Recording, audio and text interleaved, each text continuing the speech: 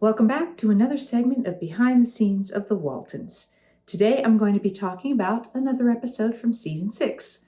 This is Episode 3, The Recluse.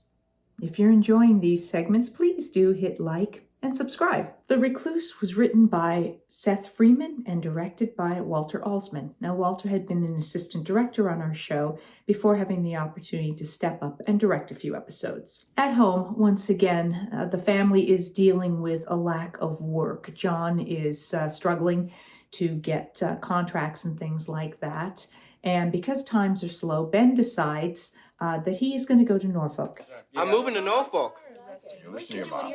I said I'm moving to Norfolk. Norfolk? Good hot dog. What are you going there for? He finds out that Mr. Jarvis, who he was hoping to maybe get a full-time job with once he finished school, was going to be closing up his used car lot and moving on. So Ben announces that he's going to go and get a job at a lumber mill or woodworking shop or mill of some kind there where there's an opportunity for more work. Jon considers it but doesn't want to go that far away. Things that stood out for me when rewatching this episode. One, I only had a couple of scenes. I was at a couple of kitchen scenes, and then I was in the church, but really didn't have a whole lot to actually say or do within the episode, but it was nice to be there. Now, there were a couple scenes that, as I have been talking about how things are shot, there was a scene early on around the kitchen table. And in this case, it was interesting how it was shot because you initially hear all of us just sort of ad-libbing, talking around the table, and that would have all been just us ad-libbing. You better get in our order. Yeah. Put in a bid before Willie Pollard gets his in over here at Clarksville. Best thing you can do for that backache is to rest. And then the dialogue of the scene sort of starts happening over top of that, but we don't all silence ourselves and listen to what's happening. It just seems very natural, like how a family might be around the table with so many. And then over top of that, you hear Ben announce that he's leaving and going to Norfolk. So again, that's what finally stops the conversation. After getting a reluctant okay from Mama and Daddy that he can go, he's packing up, and then they see him off at the bus. On the bus, he meets Anson Adams, played by actor Joseph Butcher. Now, Joseph went on to do other work, including the series Bigfoot and Wild Boy, where he played Wild Boy for 20 episodes from 1977 to 1979. Looking around for work, Ben is happy to get a job on the graveyard shift at a mill. And at one point, he's introduced to a fellow worker. Now, this is Lynn Storer playing this role. Now, Lynn was one of our regular stand-ins on the Waltons. Not too long after Ben heads out of town, Jon has an opportunity for a rather large contract that he signs despite Grandpa's reservations about it. It's to make desks, and Grandpa feels that that's not what they do and that they're too short-handed to be able to fill the contract. And they argue about it. And basically Jon says, well, if Grandpa doesn't like it, then, he doesn't have to be involved. And Grandpa gets in a huff and decides, fine. If Jon doesn't want him and doesn't need him, fine, he will go. Next thing we see is Grandpa hitchhiking. And we're not quite sure where he's going. I was a little surprised about him, taking off because he, Grandma is still in the hospital according to our storylines, and as devoted as the two of them were, Grandma and Grandpa, then I can't imagine him ever wanting to go anywhere very far away from Grandma for very long. Ben and Anson have bumped into each other again and decided that they're going to share a room to both save money because things are more expensive than they expected. One evening, the two of them take dates and go to what looks like sort of a club, a bar. It's a Hawaiian-themed place. And as I looked at this set, I couldn't help but think that this seemed like perhaps it was the Dewdrop Inn just sort of redecorated. I mean, we already had all of that available, and I think that perhaps they just sort of shifted around, shot from a different angle, and decorated with Hawaiian decor, and there you go. And Ben talks about how much he feels like his grandpa would love this spot. Ben's experience seems very clear to the foreman, and soon Ben is actually given a promotion, which makes him very happy. Back at home, Jon is really struggling now that Grandpa has taken off, and Olivia is trying to see what she can do to help and insists that Jon tell her how she can help. And so he does reluctantly put her to work sanding these desk drawers. We see that Grandpa has caught himself a ride, and next thing we know, Grandpa has found Ben, and the two of them are now at the little Hawaiian club and enjoying themselves for the evening. However, Grandpa does tell Ben about this contract back home. Ben asks why, Daddy didn't call him, and of course, Grandpa, lets him know that, well, Jon didn't want to have Ben come back, just because of that. He feels like Ben has the right to try to get on with his life, but this does definitely give Ben something to think about. All of these sets in this subplot with Ben were pretty much on the Warner Brothers lot from everything I could see. There was different areas that we used occasionally. Of course, the bus stop where he gets on the bus was right by the sheriff's office that we frequently saw. And then, we used interior sets, so those would have been on one of our secondary sound stages that we used.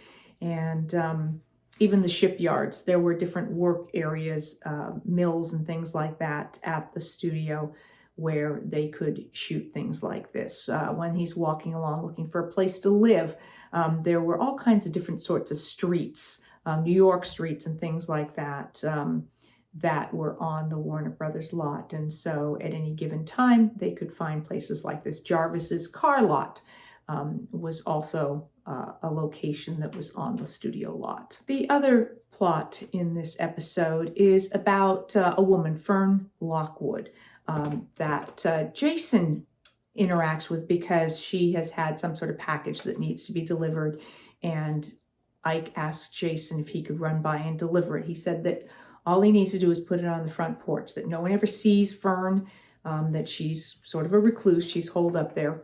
And of course, Corbeth wants to go over because she's such a busybody, and which is exactly why Ike asks Jason to do it. When Jason goes to drop off the package, she asks him if he could split some wood around the back, and he does. He accidentally leaves his jacket there, and when he comes back later to pick it up, he hears music, and he and Fern end up getting into a little bit of a conversation. She's familiar with him and says, "Aren't you the musical one?" That she knows a little bit about them, said that the children would go by at times and she would hear him. On another occasion when Jason goes by, Fern actually invites him in. She has a new music box that she wants to share with him, and he also meets her canary. And she said she is a big fan of Chopin. There's a piano there that she said was only ever played by one person once. Jason sits down at the piano and starts to play, and we see Fern get very emotional, and it just reminded me of the episode The Hiding, when Jean Marsh, when Jason was playing, ended up fainting. So this seems to be another circumstance of Jason playing the piano and someone having a bit of an anxiety attack. He's very concerned about her, and she does share with him that it was at one point she was engaged to be married, and it was that man, Kyle, the young man who was her fiance, that played the piano, and that they were set to be married at the church there on Waltons Mountain, and on the day of their wedding, he was killed.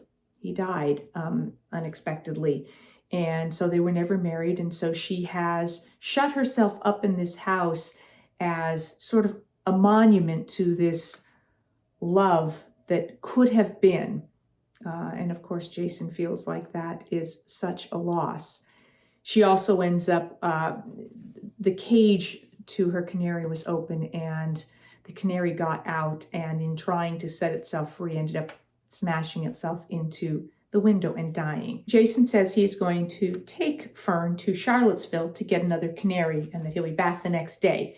When he comes back the next day, he does insist that she come with him, And she does, and they get in the car. He stops at Ike's to get some gas, and while she waits in the car, Corbeth and another customer come out and are just sort of looking at Fern and checking her over, and this makes Fern very uncomfortable, and so then she insists that Jason just take her back home. Wanting Fern to still have another bird, Jason brings her a canary, and she does accept the bird and thank him, and she actually invites him in to have tea. And he talks to her about her need to get out and involve herself in life again. And once again, he says he's going to take her to church and that he will be by the next morning to pick her up. The next day when Jason comes to take Fern to church, she's having a complete anxiety attack and says that she's not going to go. But he really gets after her, calls her out about hiding from her life. And, she said she really does want to get engaged in life again. So they do go to church. And when they're outside, she has a moment of remembering standing there and waiting at the church when Kyle didn't show up, and she waited and waited until she finally got word that he had died.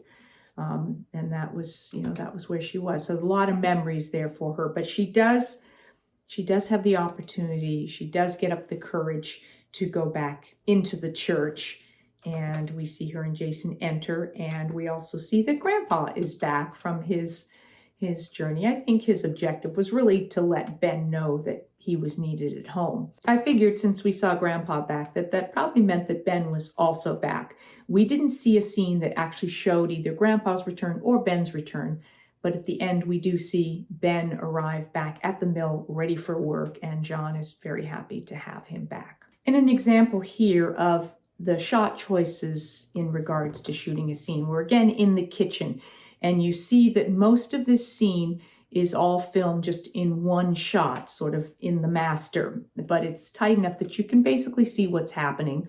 And the camera at one point slides a bit to the left. Then it sort of reframes a little tighter as Jon and Olivia have a little bit of an argument.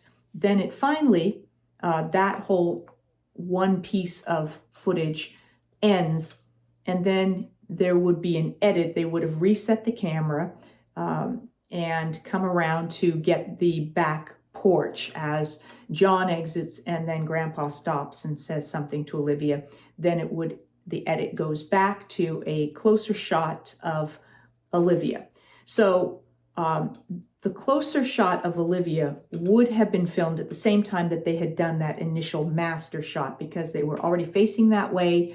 Any walls that were out behind the camera, they don't want to have to put them back in and to turn around to get that exit of Jon and Grandpa's. So everything that's facing one direction will be shot at the same time. So they would have gone a little tighter, made any little lighting adjustments they needed to make, and they would have caught this end closer shot of Michael. Then they would have turned the camera around and moved the table, anything that was in the way, so they could put the camera where they needed it. If they had a wall out over by where the ironing board is, and you could see any of that, they would have put that back in. But because they're fairly tight on the door to the porch, you didn't even see where that other wall might have been. So that wall might have still been missing. So they would have basically done sort of 3 shots to get that scene, and that would have been it. The role of Fern Lockwood was played by actress Linda Marsh, and she did quite a bit of acting in the 60s and through the 80s, did guest appearances on a lot of different shows and things like that. And then she shifted her focus more into writing and directing for television, including the series Facts of Life and One Day at a Time. I hope you enjoyed this look back at the episode The Recluse from season 6. I will be back with more behind the scenes of the Waltons, more Ask Judy, and more special guests. Thanks for watching.